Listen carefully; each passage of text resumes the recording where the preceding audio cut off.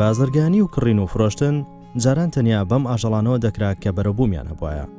بەڵام ئێستا هەموو جۆرە ئاژەڵێک بازرگانی پێوە دەکرێت، ئەویش بەهۆی دروستبوونی پەیوەندێکی بەهێز لە نێوان مرۆڤەکان و ئاژەڵەکان. ئەوەی ئێستا بەلای خەڵکەوە گرنگە بۆ بەخێوکردنی ئاژەڵ تەنیا جوانی و تەندروستی ئاژەڵەکانە. دەستکەوتن و کڕین و فرۆشتنی ئەم جۆرە ئاژەڵانەش پێویستی بە شوێنێکی گونجاو و تەندروستەیە.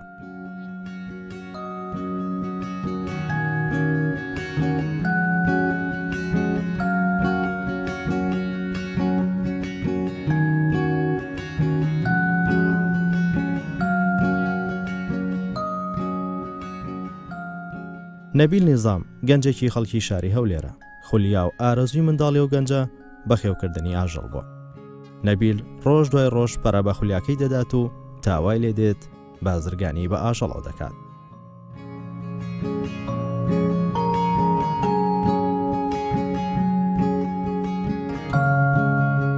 ئێمە هەر لە مناڵیوە زۆرمان حەزمان لە تێروتار و ماسی و ئاژەڵ بووە. پێمان خۆش بوو کە دەچوینە بازار سەیری دوکانەکانمان دەکرد، تێریان هەیە، ئاژەڵ هەیە، مەسەلەن وەک ماسی و شتانە. حەزمان لە ماسی بوو، یەکەمی جار اختیاری ماسیمان کرد لە ماڵەوە وەک تێستێک بکەین. حەوزێکی بچووکماندانە لە ماڵەوە خۆم و برایەکەم. جا گەڕاین لە بازار گەڕاین. هەولێر ساڵی 90 با بڵێن چەند دوکان هەبوو، 3 دوکان هەبوو، 4 دوکان هەبوو، ئیشی ماسییان دەکرد. ماسی بچووک، ماسی جوانیان دەینا ڕەنگا و ڕەنگ. ئێمەش پێمان خۆش بوو. چوین لەگە برا گەورەکەم ماسیمان کڕی، داماننا. نەمانزانین چۆن بەخێویکەین. دەمرد، زوو دەمرد. بیدایەت هەر شتێک بکڕی قوربانی دەدەی تۆزێک. وڕەمان ناتە خوارێ، لێشی سارد نەبووینەوە. وردە چوین، پرسیاری دیکەمان کرد، بۆ ئەو ماسیە مرد. کابرا دەیوت مەسەلەن ئاوەکە خایەنێ پیسە دژە کلۆری بۆ تێکەن، یا ئەو ماسێ بنەوە بە قوترا. هەر جار ڕەنجی تر دەهات، یان پێی دەوتین فیلانکە ڕۆژ، 10 ڕۆژ 15 ڕۆژی تر ماسی تر دێن، ئی جوانتر دێن. بووە کۆنتاکتێک لە بینی من و ئەو کابرایە.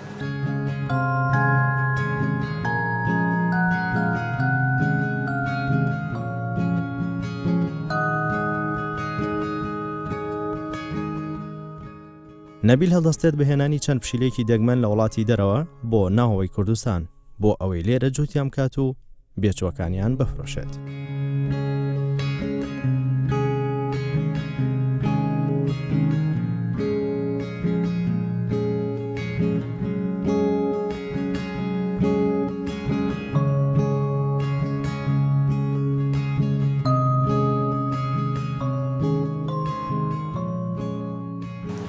بەشەکەمان هەیە فرۆشتنی پشیلەی شیرازی تورکی لە وڵاتی تورکیاوە دێ. ئێمە خۆمان لێرە زاوزە پێ دەکەین، مێیەکان دەینین لەگەڵ نێرەکان جۆتی دەکەین، فەرخەکان لێرە دەدەینە خەڵک. سەیرێکن خۆشتان. ئەمە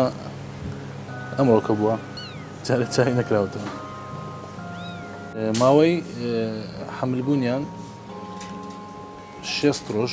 58 ڕۆژ تا 6 ڕۆژە. جیرەکایەتیان زۆر فولە، پشیلەی ماڵی خەڵک زۆر داوا دەکات، خاستن و پشیلانە کە چاویان شینە، زۆر شینە چاویان. لە عینەن لەو نەواشەیە شیرازیە، ڤان کلیسی پێ دەڵێن، پشیلەی ڤان چاوێکیان کەس کە چاوێکیان شینە، ئەوان مەرغوبن. بەڵام زۆربەی بڵێن 160 بەرەوسەرەوە توک کورتن، توک درێژ نینە، ئەوەیان توک درێژە، بەڵام چاوی شینە، عینەن شیرازیەوە. بەڵام ئەو پشیلانە یەک مشکلەی کچکیان هەیە، 150 تا 170 کەڕن، گیان لە هیچ نابێت، خۆیان دروستبوونیان وایە. نرخیان لە 300 تا 500 دۆلارە چاوشینەکان. چاو تاکەوتاکان وەک ئەمەی خوارەوە ئێستا هەر چاوی تاکەوتاکە ڤانەوە، بەڵام توو کورتە نرخەکەی دەگاتە 500 دۆلار.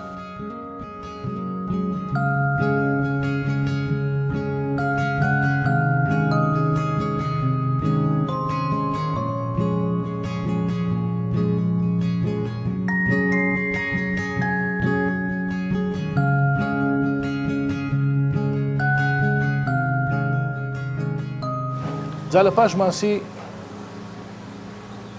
حەزیان لە پشیلە بوو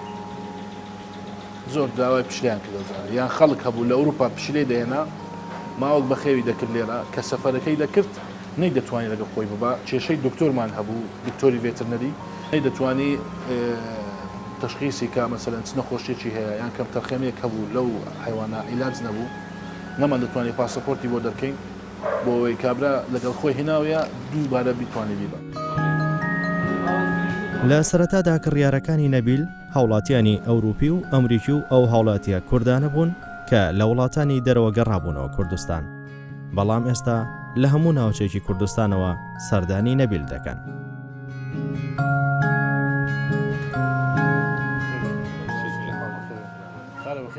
خەڵک هەولێر بوو زۆر حەزی لە ماسی بوو لە تیر بوو ئەوروپیەکان داهاتن مەسەلەن بۆ پرسینی خواردنی ئەجنەبی ئەو کات کەم بوو خواردنی ئەجنەبی نەبوو وەکالەتی ئەوروپی نەبوو وەکالەتی ئەڵمانی نەبوو لێرە وردە ئەوروپی هات مەسەلەن سەگی خۆی دەهێنا پشیلەی خۆی دەهێنا سەیری شوێنەکەی دەکرد لە هەولێر شتێکی وا کراوە. من زۆر حەز بە بەخێوکردنی ماسی دەکەمەوە لە ناو ئاژەڵانەی کە هەنە من ماسیم هەڵبژاردووە لەبەرەوەی زۆر دڵم بە ماسی خۆشە لە ماڵەوە کاتێک کە ماسی بەخێو دەکەم و سەیری ماسیەکان دەکەم هەز بە ئاسوودەیەکی زۆر دەکەم و ڕۆژانە و بەردەوامی سەردانی ئێرە دەکەم بۆ ئەوەی ڕێنماییم بدەنێت چۆن ماسیەکانم دەپارێزم و چۆن بەخێویان دەکەم و بتوانم بە شێوەیەکی جوان و تەندروست پەرەیان پێ بدەم و چۆن حەزم لێ خولیام هەیە بۆ بەخێوکردنی ماسی ئاواش بتوانم بە شێوەیەکی جوان ماسیەکانم ڕابگرم.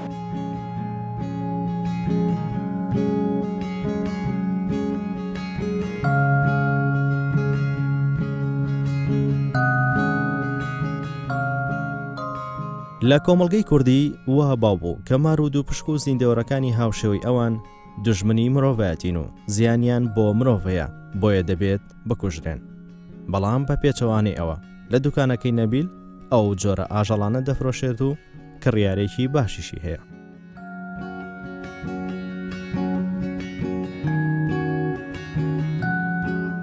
ئەوە شێک لەنەوە دەگمەنەکانی مارە ناوی ئەلبینۆ پایتن بۆرمیزە لە سێ ڕەگ دروست کراوە ئەلبینۆیەکە لە سپیاتیکە دێ لە چاو سووراتکە دێ بۆرمیزەکە لەو دوو خەتە سوورەکەی دێ پایتنەکەش نوعەتەکەیتی نوعەتی مارەکەیە ئەو مارەم کە هێنا تقریبا 6 سانتیمەتر بوو ئەگەر ئێستا سەیریکەن نزیکەی 2 متر و 22 سانتیمە لە 2 متر و 23 سانتیم دەڕوە مانگانە دوو کەروێشک دەخوا لە ئاستی خۆی چل شەو جارێکیش کراسەکەی دەگۆڕێ بڵێن پیستەکەی دەگۆڕێ وا بزانم 4 ساڵ جارەکە یاخود 3 ساڵ جارێکە بەردێک فڕێ دەدا پێی دەڵێن بەردی مار نزیکەی 4 حتا 5,000 دلار دەکا بەردەکە خۆیان دوو نوعی هەنا نوعەکیان ژەهراویە نوعەکیان دەیگرێ دەخنچێنێ ئینجا دەیخوا ئەو یەک لە نوعانەیە هەر کەروێشکێک بە 8 ڕۆژ 10 ڕۆژ ئینجا هەزمی دەکا ئینجا توانێ مەعیدەکە حەلی بکە یەکەم ئاژەڵیشە لە پاش تیمساح دێ کە توانای هەرسکردنی ئێسک هەیە ئێسک بەت ئێسک و موو یەک لەو نوع ئاژەڵانەیە مار و تیمساح ئێسک قوت دەدا ئێسک نامێنێ یەک بەقەت هێلکەیەک پیسایەکەی بەقەت یەک هێلکە دێتە دەرەوە وەختیوە هاتووە مەسەلەن جووت بکرێ خۆی لە 2 ساڵی بەرەوسەرەوە مارە توانێت جووتی پێ بکەیت ئیشاڵڵە لەو ئایندەیەکی زۆر زوو لە نوعەتی خۆی لە ڕەنجی تر مەیەکی بۆ دێنم لێرە زاوزەکە دەکەم.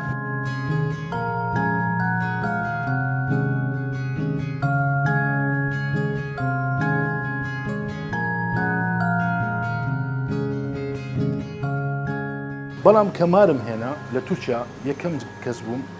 ماری پایتنم هێنا ئەسڵە شەبەکەی پێ دەڵێن ئەو مارەم لەناو فلینەیەک هێنا بە پاسەپۆرتی خۆی بە وەرەقەی سەحای خۆی بە شەهادەی خۆی کە دایک و باوکی ئەو مارە چێە هەموو لە پاسەپۆرت و لە پدیگری لە سرتیفیکێتەکەی خۆی نووسرا بوو هێنامە هەولێر مارەکە کە دامنا لە دوکان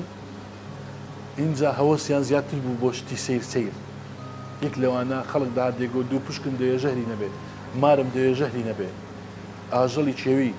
ستان پێپیا دەکرێت بۆم بێدن وردە دەست پێکرا لە پاش 2005ەوە مەزرعەت دروستکرا ئەو باخچانە دروستکرا خەڵک هەموو حەزی چۆ سەر حیوانات و ئاژەلان یەک بەیەک ئیوا بوو نەعامە ئیوا هەبوو تاووس ئیوا هەبوو مامەز ئیوا هەبوو ئەسپی کورد پۆنی ئیوا هەبوو داوای شێری کرد شێریشمان بۆ هێنا لە سووریا ئەو کات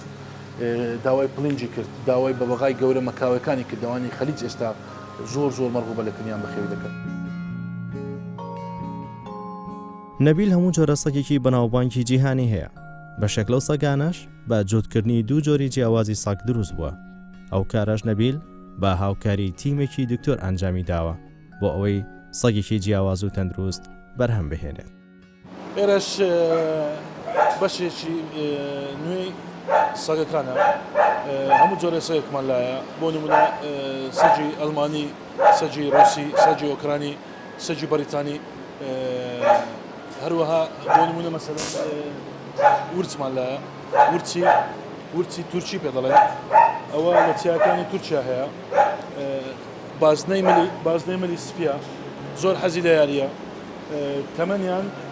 لە 10 تا 15 ساڵ دەژین تا دەگەنە 2 ساڵ 3 ساڵ ئەگەر لە لای خۆت نەبێ لە بێچووی ناتوانانی دەستەمۆی بکەیت بەڵام لە پاشەوەی مەسەلەن بۆ دەیهێنی تەمەنی 3-4 مانگە وەک ئەوانە هێناوم تەمەنیان 3-4 مانگ بوو ئێستا زۆر ماڵین هیچ کێشەشیان نییە ورچی چۆنە ناویشە ئازۆ بەهرەیە نێر و مێنە زیرەکایەتیان لە حەد بەدەرە لە دووری 1 کیلۆمەتر ئەتوانن مەسەلەن هەستی بۆم بکەن بزان نەو شوێنە بۆنی لێیە هەروەها سەگی پۆلیسیمان هەیە لە دوو جۆر پێک دێ توک کورت و توک درێژ وڕکلاین و شۆلاین ئەو یەک لەو بابەتان هەیە تەمەنیان لە بینی تا 13 ساڵ دەژین زۆرێکی تر سەگمان هەیە سەگی پۆلیسی بلاک جاک ئەویان زۆر زیرەک و زۆر هەستیارە کۆنتاکتی لەگەڵ بەشەر سەروی 67 لە سەد هاسکیمان هەیە هاسکی رووسیا چاوی زۆر جوانە سەگێکی چاویان تاکە و تاکە سەگی تێریەری فەڕەنسی تێریەر فرەنچ پێ دەڵێن نێر و مێنە ئەوانە جوتکردنی خۆمن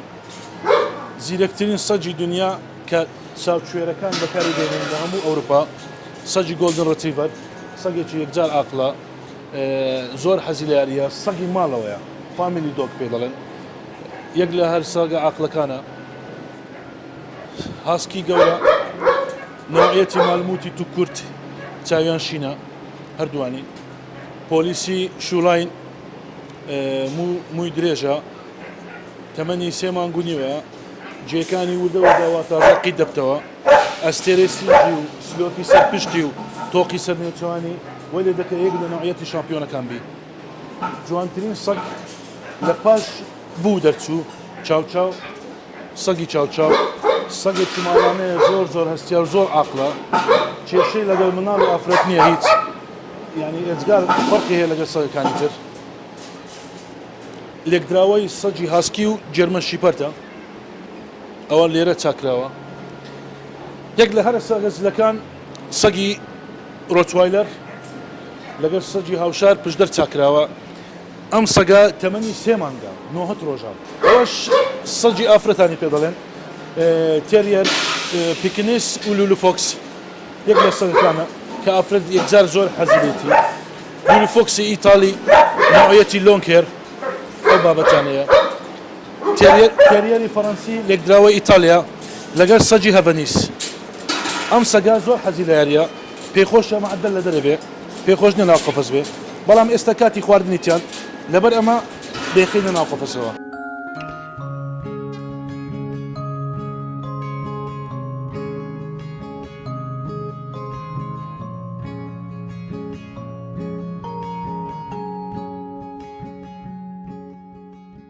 بە نرخترین سەگی دۆبرمانە خەڵکەکە زۆر دەترسێ دەڵێ ساحبی خۆی دەگرێت ساحبی خۆی پەلامار دەدا نەخێوان نییە تەمەنی 4 ساڵ و نیوە بە عیعازی 50 حرەکە دەکا ناویشی ستیلۆیە بۆ 12 ساڵ تا 15 ساڵ دەژی سەگێکی یەکجار هەستیارە بە تێکرایی گشتی نرخی سەگ لە 4,000 دلار و 500 بۆ سەگی حراست و سەگی ڕاو لە 4,500 دلار دەست پێ دەکات تا 12,000 دلار سەجی بچووکیش لە 350 دلار دەست پێ دەکا تا 2500 دلار 2500 دلارەکە سەجی بۆمەرینایە لێکدراوەی تازەیە سەجی ئافرەتانە بەڕاستی.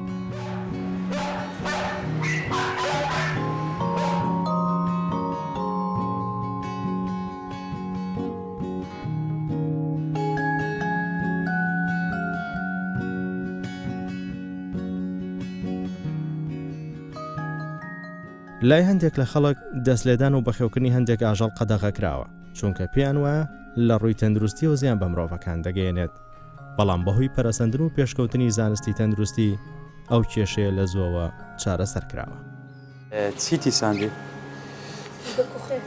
کۆخە چەندەوەیە؟ دوونی شەوێ هەلە دەرێ دادنیان لە ماڵێ لە ژوورێ بەنسبەت ئەو نەخۆشانە کە خەڵکانێک بڵێن دەست لێ دەدەن یاخود ئاژەڵە دەستەمەوەیەکان باڵندە دەستەمەوەیەکان بەڵێ زۆر نەخۆشی دەگوازرێتەوە وەکو باسم کرد ئەگەر بێت و کوتانی بۆ نەکرابێ ئەگەر بێت و زوو سەردانی پزیشکی ڤێتێنەری پسپۆڕ نەکاتن بڵێ و جوان پاک ڕانەجیبێ بڵێ زۆر نەخۆشی هەیە وەکو باسم کرد ئەو نەخۆشانێکە باسم کرد بڵێن و هەروە زۆر جۆرە مشەخۆریشمانە دەبێت لە بیرمانەچێ ئەو مشەخۆرانە زیاتر بۆی پاشەڕێ ئاژەڵۆ دەگوازێتەوە بۆ مرۆڤ و زۆر مشەخۆری دەرەچیمانێ وەکو ئەسپێ ئەو بابەتانە ئەوانی زیاتر بەدەست لێدان و لەگەڵ گەنی ئەویش بە شێوەی دەست لێدان نزیک بنەوە لە ئاژەڵ و باڵندەی توش بووە بەڵام ئێستا لەخوا بە زیاد بێ ئێستاکە خەڵکانەکە عنی زیاد تێگەیشتینە ڕۆشنبیری زۆر بەرز بوویتەوە هەر بێ زۆری دێتن کوتانی بۆ دەکاتن و چارەسەری پێویستی بۆ وەردەگریتن لە حاڵەتێک سەیری باڵندەکەی دەکات وەکو باسم کرد باڵندەکە با نزیکترین ڕەفیق خۆی دەزانێت ئەگە ئەو نزیکترین ڕەفیقە نەخۆش بێ ئەکید دەیباتن چارەسەری بۆ دەکاتن وەکو باسم کرد هەم نەخۆشە بەکتریەکان ڤایرۆسیەکان هەم نەخۆشە مشەخۆریەکان بەڵێ کوتان هەیە دەرمانی پێویستەیە بەڵام لێرە ترس لە ئەو کەسانەیە کە ئاژەڵ و باڵندەکانیان کوتانی بۆ نەکراوە چارەسەری نییە و هەتا ئێستا پێشانی پزیشکی پسپۆری ڤێتێنەری نەدراوە ئێستا کە بەنسبەت چارەسەری بەڵێ زۆر پێشکەوتووە بگرە پێشتر زۆر دەرمان هەبوو زۆر وەکو پێ دەڵێن ترادیشناڵ زۆر تەقلیدی بوو چارەسەری زۆر پێشکەوتوو هاتیە بۆ نمونە ئێستا کە ئەنتی بەکتریاڵی بەخۆتە دژە زیندێکی زۆر باشەکان دەست دەکەوێت لە بڵێن لە بازاردا و هەروە بەگەیشت جۆرەکانیکەوە و هەروە لەگەڵ ئەمەشدا خواردنەکانیش و ئێستا خۆشبەختانە ئەوەیە زۆربەی ئاژەڵەکان ئەو ئاژەڵە ماڵیانی کە باسم کرد دەستەمەوەیەکان زۆربەی زۆریان کارتی تەندروستیان هەیە کە لە کارتی تەندروستەکەشیان هەبوو بڵێن ڤاکسینیان هەیە واتە کوتانیان کوتانەکانیش کە بە شێوەی بڵێن پرۆگرامی خۆیان هەیە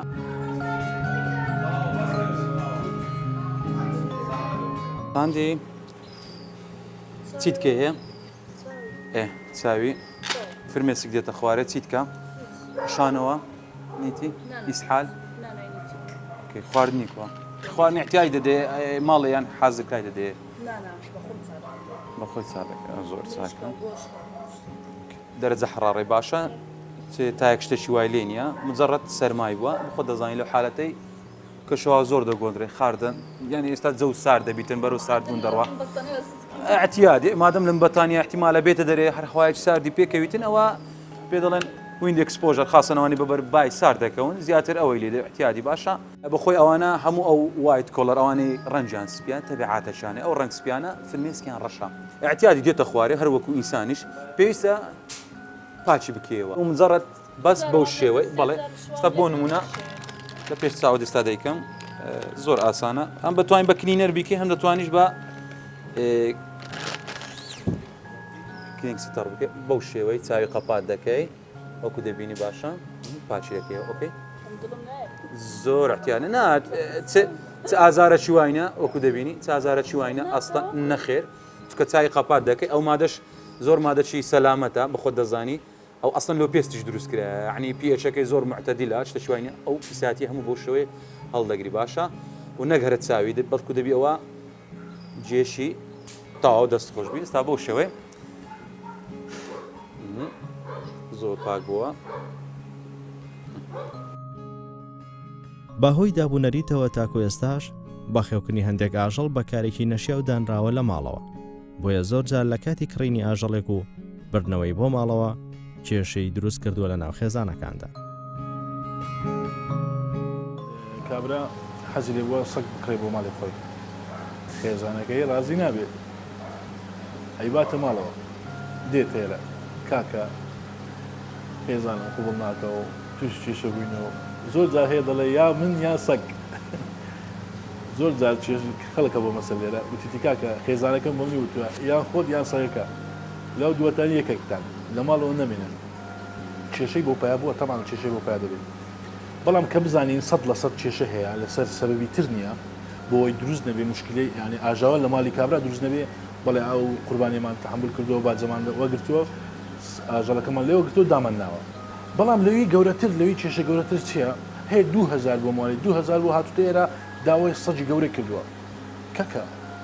باوکت لەگەڵت نەبێ نەخێر ناتوانین پرسیاری لێکراوە تەمەنت چەندە کەوتیتی 16 ساڵ 17 ساڵ 15 ساڵ نەخێر بە هیچ شێوەیەک بە 1 سنتی شتی نەدراوێت سلام خێر باشی چاچە حواڵت لە دوێ هیچی نەخواردیە اوكي متابعات كردية زور يعني باز لوقت شيء اعتيادي هيك خلي رجونا تخواري حتى خواري بس ايه انا بس نهاتو لا يعني نزيك خوارني نكتتوها وردوني الشيء بمدانيش خواري حتى مشاهد دكينه عامة اوكي دكينو اعتيادي بكينو لي راوني اوكي تسخواري لو حركه كرت اصلا ستيميليتر كنا كدي لا مالي هاست ستيميليشن زور باشا يعني بتي اول شيء وايب كي اوكي ديتو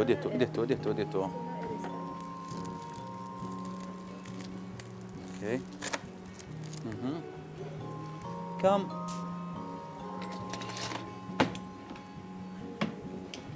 دي اوكي اوكي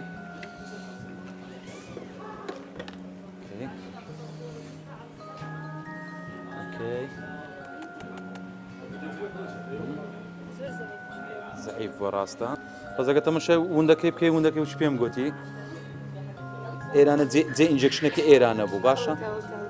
ایرانی بس اول شيء او همو باس خربيتوا اوكي همو باس خربيتوا همو شيما او زياتر شيء همو او بكتيريا كلا سجلتي باشا مجرد او كرديا اما اعتيادي انتباهات كورسا كي تاو دكين بس اگه تماشا ما سكيب كي يعني تقريبا بين فول شيء هي يعني دي شيء تنو جانك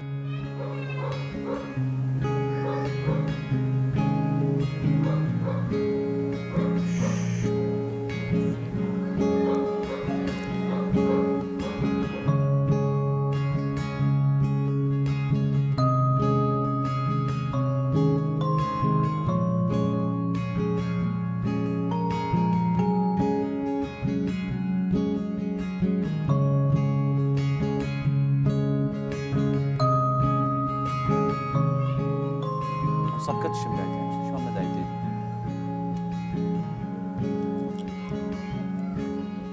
هو هم ديكساميتازون شيء كده باش اللغة